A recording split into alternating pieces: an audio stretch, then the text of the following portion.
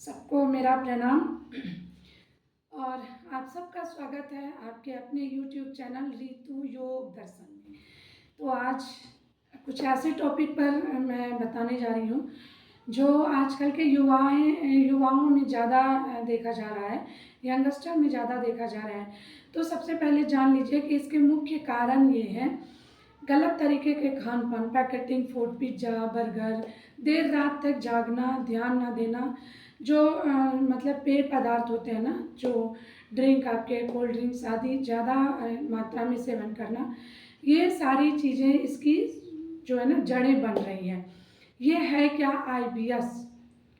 IBS क्या होता है? अगर हम इसे अंग्रेजी में फुल फॉर्म में बात करें इसका तो इरिटेबल बाउल सिंड्रोम, और अगर हिंदी में कहें तो एक आंतों में एक चिड़चिड़ापन सी आ जाती है, जिसके मुख्य लक्षण हैं कि आपको या तो दस्त होगी या आपको कब्ज होगी, या कभी कभी आपको दस्त और कब्ज दोनों स्थिति बनी रहती है। आपके जो इसके मुख्य ये होते हैं, परेशानियां होती हैं, आपके पेट के निचले हिस्से में दर्द होगा, मीठा मीठा सा दर्द होते रहेगा, चिड़चिड़ापन लगेगा, गैस जैसी स्थिति बनेगी, खाना अच्छे से पचेगा नहीं, और इसके अलावा इसके और भी जो लक्षण दिखने को मिलते हैं, या तो आपको जो आपके स्टूल जो पास होते हैं, जो आपके जो मल जो आप त्याग करते हैं, या तो वो बहुत हार्ड होगा या तो बहुत पतला होगा, या दोनों तरह से मिक्स टाइप में से निकलता है। तो ये इसके लक्षण हैं। और अगर बार बार आपको गैसें बन रही हैं, डकार आ रहा है खट्टा, या आपको पेट में मीठा मीठा दर्द रहता है, तो कहीं ना कहीं ये इसकी पहचान है। आप चिड़चिड़ा हो जाता है, आपके खाने पचते नहीं हैं। तो सबसे पहले आप अपने खाने पीने का ध्यान रखिए। इसमें खाने में सबसे पहले ग्लूटेन जो जैसे गेहूँ हुआ, राइस हुआ, वो दूध को अवॉइड करिए। थोड़े पनीर को भी कम करिए। इसमें आप दही ले सकते हैं।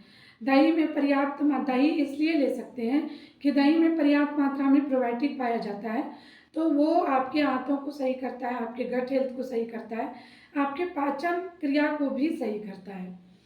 तो कहीं ना कहीं जो है ना हमारी आंतें बीमार हो जाती है, और हमारा हेल्थ जो है ना वो पूरी की पूरी आंतों से होकर गुजरती है। अगर आपकी आंतें सही हैं तो आपकी सारी चीज़ सही होगी। तो इसके बहुत सारे ऐसे लक्षण देखने को मिलते हैं। खाने पीने के जान लिए, खट्टी चीज़ों से परहेज करिए। ज़्यादा मात्रा में जैसे ब्रोकली हो गए, बीन्स हो गए, गाजर हो गए, इन सारी चीज़ों को, पपीता हो गए, अमरूद हो गए, इन सारी चीज़ों को शामिल करिए। और उसमें भी आपको ये ध्यान रखना होगा कि किन चीज़ों को खाकर हमें फ़ायदा मिल रहा है और किन चीज़ों से हमें नुकसान हो रहा है, ये चीज़ आपको ध्यान देनी होगी। तो ये हो गए आईबीएस में खाने पीने का, और क्या नहीं खाना है। लेट नाइट नहीं सोइए, फास्ट फूड को बिल्कुल हाथ भी नहीं लगाइए। तो अपने जो जीवन का सही प्रबंधन, एक अच्छे रूटीन, एक अच्छे खान पान के साथ अगर आप इसको स्टार्ट करते हैं ना, तो आप आईबीएस को कंट्रोल कर पाते हैं। ये बहुत बड़ी बीमारी नहीं है, ये आपको आंतों को ज़्यादा परेशान नहीं करती है, ज़्यादा ऐसा नहीं कि बहुत नुकसान पहुंचाती है, आपके पाचन क्रिया को नुकसान पहुंचाती है, या आपके कैंसर जैसे खतरे को जैसे देती है आपके शरीर को, ऐसा भी नहीं है, लेकिन आपको परेशान जरूर करती है। तो ये आपने देखा कि हमें इसमें क्या करने चाहिए, किस तरह की परेशानियां होती हैं, करना क्या क्या चाहिए। देखिए, बहुत चीज़ नहीं है, आपको खाने पीने का थोड़ा ध्यान रखना है। पानी का जो है ना, पानी का इंटेक बढ़ाइए। पानी 10 से 12 गिलास ज़रूर पीजिए। और आप इस खाने पीने का पूरा प्रबंधन देखिए। आप खाने में रोटी को और चावल को अवॉइड करिए, मोटी अनाज को लीजिए। मोटे अनाज में आप बाजरा और ज्वार को ले सकते हैं, या आप मकई को ले सकते हैं। इस तरह की चीज़ों को शामिल कर सकते हैं। इसके अलावा आप सब्जियों को, फलों को शामिल कर सकते हैं। सब्जियों की जो सूप बना के ले सकते हैं। दालों में मूंग को शामिल कर सकते हैं, मूंग की दाल को, सारे स्प्राउट्स ले सकते हैं। इन सारी चीज़ों को आप इसमें शामिल करिए, आप देखेंगे कि आपको थोड़ी राहत सी मिलेगी। और इसके साथ ही कुछ अभ्यास, योगा अभ्यास, इन अभ्यासों को करेंगे ना, आप प्रॉपरली करेंगे ना, तो आप देखेंगे कि आपकी परेशानियां धीरे धीरे खत्म सी हो जाएगी। तो इन योगा अभ्यासों में बहुत इजी और बहुत ही आरामदायक अभ्यास है। चलिए शुरू करते हैं। सबसे पहले देखिए वज्रासन पे हम बैठेंगे।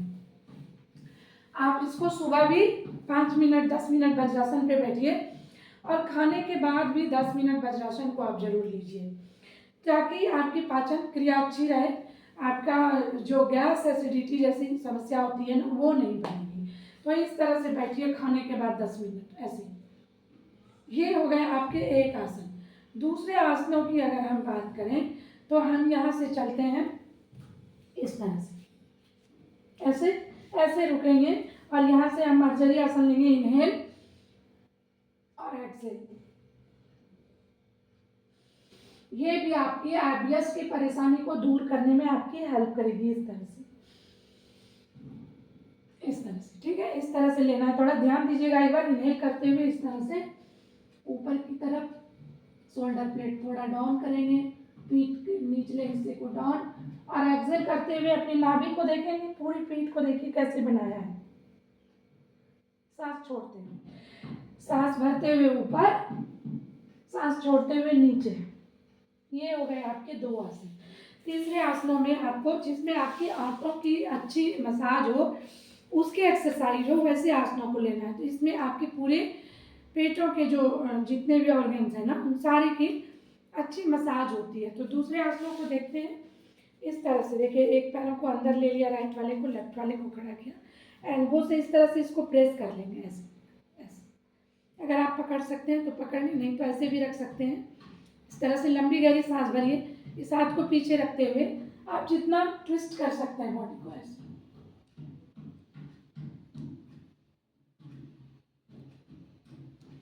नॉर्मल सांस लेते हुए रुकेंगे, फिर सांस भर के वापस आ जाएंगे। पहले आसन जो वज्रासन बताए उसे 10 मिनट करने हैं। मार्जरी आसन जो मैंने आपको बताए, ये इसको आपको कम से कम 10 के 3 सेट करने हैं। इसको 10 के 3 सेट। अभी मैंने मत्स्य आसन बताया, इसको ये इसको आपको दोनों साइड से, लेफ्ट से भी और राइट से भी 5-5 बार करने हैं, 30-30 सेकेंड के लिए। ये आपके 3 आसन हो गए कंप्लीट।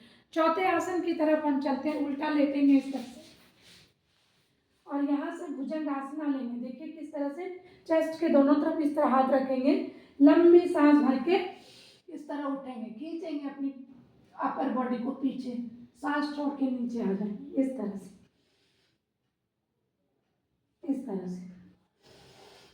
Inhale exhale. इसे भी आप 10 के 3 सेट में जरूर करें।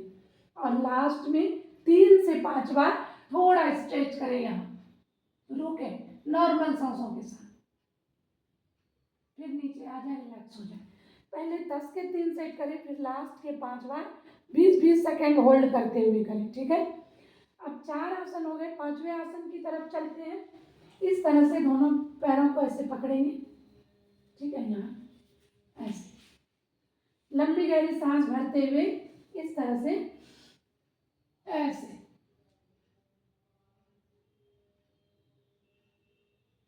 ठीक है। धनुरासना, इसको भी आप कम से कम 5 बार करें। और शुरुआत में होल्ड करना थोड़ा मुश्किल हो जाएगा, रुकना, तो आप धीरे धीरे 10 मिनट, 10 सेकेंड, 15 सेकेंड, फिर 20 सेकेंड, फिर 30 सेकेंड तक होल्ड करें। कम से कम 5 करें धनुरासना। अब हमारा लास्ट आसन है पवन मुक्तासन। तो देखिए इसको कैसे करना है। लंबी गहरी सांस भरेंगे, दोनों पैरों को ऐसे बेंड कर लेंगे, हाथों को लॉक करते हुए इस तरह घुटने को बंद करेंगे और अपनी तरफ खींचेंगे, सांस भर के यहाँ आ जाएंगे, सांस छोड़ देंगे और नॉर्मल सांसों के साथ रुकेंगे।